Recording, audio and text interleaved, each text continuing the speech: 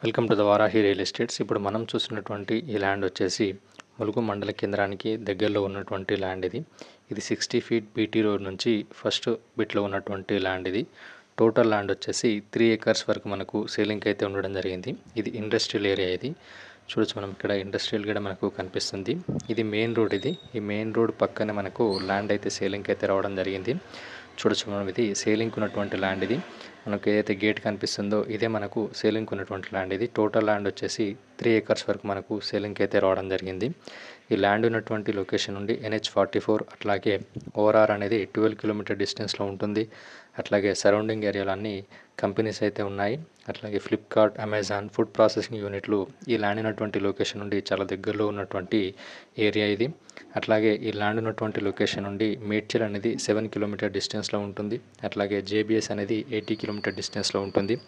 Industrial ఏరియాలో మీరు land కనుక తీసుకోవాలనుకున్నట్లయితే ఇది ఒక మంచి ఆప్షన్ చెప్పొచ్చు. అట్లాగే హైదరాబాద్కి పరిసర ప్రాంతాల్లో ఇన్వెస్ట్ చేయాలనుకున్న వారికి ఇది ఒక మంచి ఆపర్చునిటీ అని చెప్పొచ్చు.